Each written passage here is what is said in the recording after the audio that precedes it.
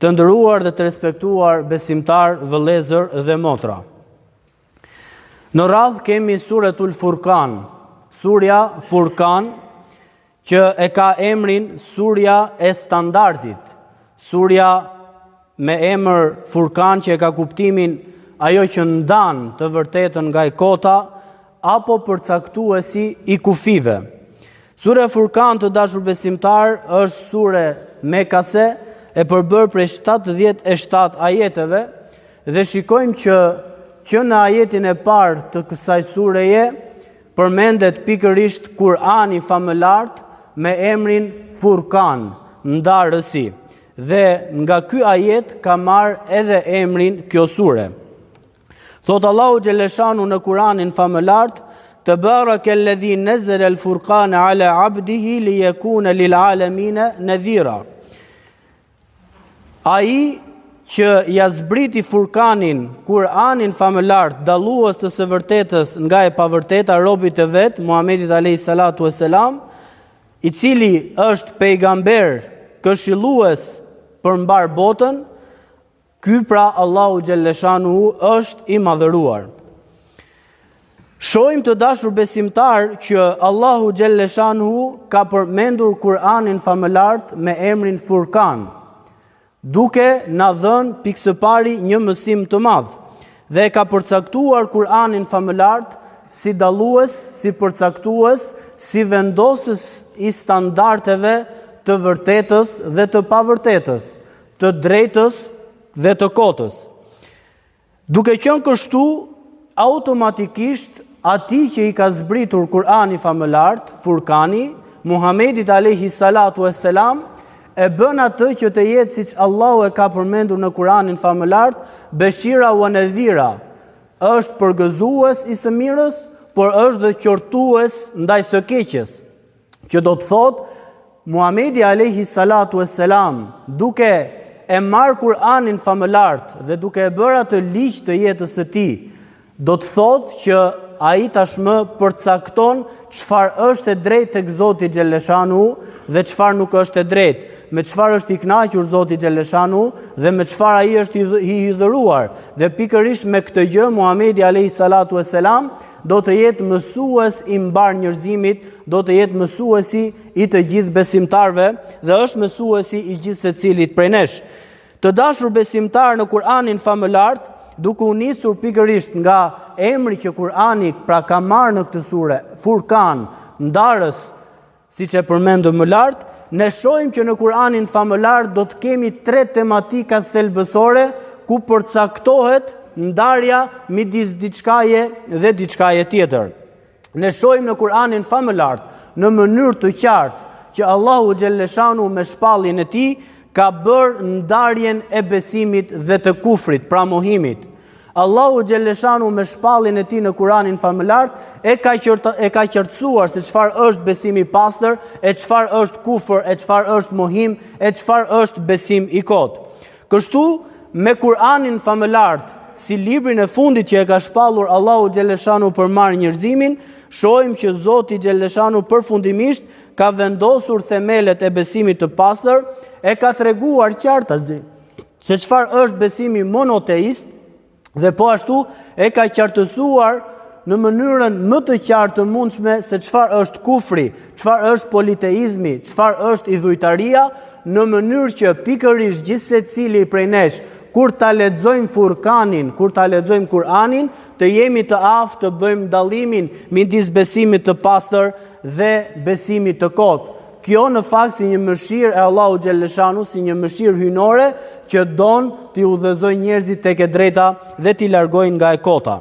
Po ashtu të dashur besimtar, në Kur'anin famëlart, në mënyrë të përgjithshme më pas, kemi një ndarje ajo çfarë është e drejtë dhe ajo çfarë është e kotë. Dhalika bi anna Allahu al-haqqu wa anna ma yad'una min dunihi al-batil. Dhe kjo është për vetë faktin sepse Allahu Gjeleshanu është haku, është e vërteta, dhe çfarë do lloj gjëje tjetër që adhuroni për posti, le ta dini që është batil, është e kotë, është e humbur. Që do të thotë të dashur besimtar, dallimi midis të drejtës dhe të kotës tashmë ka të bëjë me gjërat në radhë të parë që i besojmë, por edhe më pas me gjërat që i sjellim në praktik në jetën e përditshme. Të gjitha këto duhet vendosur standardi në mes, që është Kurani famëlar, që do të jetë përcaktues i asaj çfarë Zoti don dhe asaj çfarë Allahu xhaleshanu e urren. Pse? Sepse të dashur besimtar, shikojmë në historinë islame, Allahu xhaleshanu e ka përmendur fjalën Furkan, pra ndarsin e të vërtetës nga e kota, edhe në luftën e Bedrit. Dhe ne e dim që në luftën e Bedrit, Muhamedi sallallahu alaihi wasallam, para se të përplaseshin të dyja ushtritë e asaj kohe, do të bëj duan e famshme. Dhe do të thot profeti alaihi salatu wassalam, do të lutet Allahut, o Allah, ja robrit e tu që po luftojnë për besimin e pastër, dhe të tjerët që po luftojnë për të kotën, edhe pse ne jemi pak në numër dhe ata janë shumë në numër, o Allah, kjo është një ushtri e cila do të mbaj në këmbë të vërtetën. E nëse do të humbin dhe këto pak njerëz janë të së vërtetës, kush më pas, o Allah, do ta simbolizoj të vërtetën në faqe të tokës. Dhe e di më pas suksesin që Allahu xhaleshanu i dha muslimanëve në momentin më delikat të historisë islame, siç e quajnë dietarët. Dhe Allahu xhaleshanu këtë e ka përcaktuar në Kur'an, Yawmul Furqan, Yawmul Taqal Jam'an.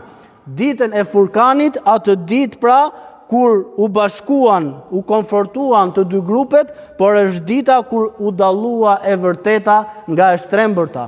U dallua besimi i pastër nga besimi i kot, me një mesazh shumë të madh të dashur besimtar, që sado që të jesh pak në numër, apo mund të jesh edhe ti vetëm në të drejtën dhe në të vërtetën, nëse je në të vërtetën që e do Allahu xhaleshanu, sikur gjithë dynjan ta kesh në kundërshtim, besimtari musliman nuk duhet të ketë dert as pak, sepse ai simbolizon dhe përfaqëson të vërtetën e Allahu xhaleshanu dhe herët avon do të vi suksesi.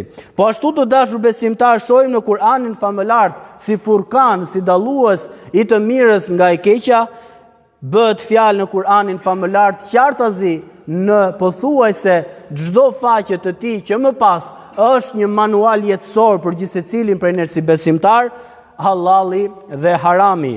Pra, të praktikojmë veprat që janë halal, që Zoti xhaleshanu është i kënaqur dhe na jep sevap me to, dhe të qëndrojmë larg harameve, që Zoti xhaleshanu është i dhëruar dhe na dënon për to, dhe na ngarkon me gjunahe nëse do t'i praktikojmë ne ato. Dhe shikojmë që pikërisht në këtë pikë të rëndësishme të halalit dhe haramit vendosen parimet e jetës e besimtarit, vendosen parimet se si duhet të jetë praktika e përditshme e besimtarit. Është shumë interesante që një prej ajeteve më thelbësore të përcaktimit të ligjit të Zotit në zemrën tënde, apo të ndjekjes së dëshirave të shpirtit tënd dhe të egos tënde, kalon ky ajet po ashtu në surën Furkan, në ajetin e 43, dhe thot Allahu xhaleshanu, e ra'ejte men ittakhadha ilahahu hawa. A e shikon atë person i cili mori për Allah, mori për Zot epshin e tij. A e shikon atë njeri që për praktik të jetës e tij të përditshme, ai ndjek dëshirat e tij. Që do të thotë të dashur besimtar, kjo është shumë e rrezikshme për gjithë secilin prej nesh, i cili pretendon që e beson Allahun xhaleshanu e ndjek atë dhe pretendon që praktikon Kur'anin famëlar. Ne shohim që pikërisht Kur'ani do të vendosi kufit e përcaktimit dhe standardeve që janë themelore në doktrinën islame. Çfarë bën ti në jetën tënde? Kur të vjen për të praktikuar diçka, çfarë do qoftë ajo, me çfarë do që të përballesh në jetën tënde? A vendos Kur'anin standard të asaj praktike, apo ndjek dëshirën tënde? Dhe nëse ndjekim dëshirat tona, qejfet tona, epshet tona, dhe e lëmë një anë Kur'anin famëlar, atëherë shohim që jemi shumë larg të qenurit një besimtar që e ka bërë pjesë të rëndësishme Kur'anin apo Furkanin në jetën e tij të përditshme. Dhe pastaj me të drejtë ne mund të pyesim, nëse duam që të arrijmë lumturinë në këtë botë dhe në botën tjetër, atëherë pa diskutim që dashka që e ka rëndësishme pjesa e marrjes së Kur'anit famëlart dhe bërja e atij pjesë e pandashme e jetës tonë. Siç tha dhe profeti alayhi salatu wassalam, lexojeni Kur'anin sepse Kur'ani do të vi ditën e gjykimit ndërmjetësues për shokun e tij. Pra profeti e quajti Kur'anin shokun ton të ngushtë, por shoku i ngushtë është kur ti e respekton, kur ti je në kontakt të vazhdueshëm me të, kur ti ja merr këshillat Kur'anit famëlart dhe i sjell në praktik dhe bën dallimin midis të kotës dhe të vërtetës, besimit dhe kufrit, halallit dhe haramit, dhe e bën atë praktik sepse ti kërkon vetëm kënaqësinë e Allahu xhalleshanu. Prandaj këshilla e fundit në këtë hutbe të kësaj xumaje të dashur besimtar. Nëse duam tham lumturi në këtë botë dhe në botën tjetër, atëre, çfarë do situate që të përballesh me jetën tënde? A do situatë individuale, familjare, bashkëshortore, me fëmijët, me punën, çfarë do lloj problematike që do të hasësh, në çfarë do lloj kryqëzimi që mundet jeta të sjell, dhe ti duhet vendosësh midis diçkaje dhe diçkaje tjetër. Çfarë do të bëjmë ne si besimtar? Atëherë, nëse duam të jemi besimtar të sinqertë tek Allahu xhaleshanu, do të marrim Kur'anin famëlart. Edhe do të thomi, çfarë më thot Kur'ani mua që të veproj në këtë rast? Atëherë e veproj atë çfarë më thot Kur'ani dhe nuk kam pikën e mëdyshjes në urtësinë dhe në suksesin që do të ketë më pas sepse jam mbështetur Allahu xhaleshanu. Dhe çfarë bëjmë në këtë formë? Nuk ndjekim epshet tona, nuk ndjekim egon ton, nuk ndjekim dëshirat tona. Dhe profeti alayhi salatu wassalam në një nga këshillat më themelore në lidhje me këtë temë, se si njeriu të vendosi midis as dhe bës, ne kemi në sunetin e profetit alayhi salatu wassalam ajo çfarë quhet namazi i istihares. Namazi kur ne jemi në mëdyshje për të vepruar diçka në jetën tonë. Dhe profeti alayhi salatu wassalam i këshilloi aq shumë shokët e tij, sa që edhe në gjërat më të thjeshta, në gjërat që ndoshta nuk kanë pikën e rëndësisë për diçka të rëndësishme në jetën tonë, profeti këshilloi, falni 2 rekat namaz, pastaj lutni Allahu xhaleshanu dhe thuaj, o Allah, midis kësaj dhe kësaj, kush është me hajrit për mua ma jep atë, dhe kush është e keqe për mua ma largo atë, po kush është me hajrit për mua për jetën time, për fen time dhe për ahiretin tim. Kështu mendon besimtari musliman në çdo vepër që bën në jetën e tij. Kështu mendon besimtari musliman që e ka në zemër Furkanin, Kur'anin famëlar që bën dallimin midis asaj çfarë Zoti do dhe asaj çfarë Zoti nuk do. Dhe kështu ne me lehtë Allahu xhaleshanu të dashur besimtar vëllezër dhe motra do të kemi sukses. Prandaj ta lexojmë Kur'anin famëlart sepse ai është manuali i jetës tonë. Ne jemi krijesa të krijuara nga Allahu xhaleshanu el Khalik, që është krijuesi absolut. Dhe ai di shumë mirë nevojat tona. Ai di shumë mirë se si na ka krijuar, çfarë kemi dëshira, çfarë na lumturon, çfarë na hidhëron. Prandaj dhe ligji më i mirë që është për gjithë secilin prej nesh, është ai ligji që ka zbrit Allahu xhaleshanu në Kur'anin famëlart. Sa ai na njeh shumë mirë. Prandaj lumturin besimtari e gjen ke Kur'ani famëlart, lumturin e kësaj bote dhe të botës tjetër, dhe kur do ta bëjmë praktik pikërisht këtë Kur'an famëlart në jetën tonë, atëherë do të shohim që do të dalin individ të dalluar në historinë islame, siç kanë dalë edhe siç pa diskutim ka edhe sot. Për shembull, Omer ibn Khattabi radiallahu anhu, kalifi i dytë në historinë islame, cili ka qenë një prej pseudonimeve tjera të Omer ibn Khattabit, apo lakabeve tjera, apo emër tjetër që ai njihej ndër njerëz, ndër besimtar, ka qenë Omer el Faruk, Omeri Faruku, ndarësi i të vërtetës dhe të kotës.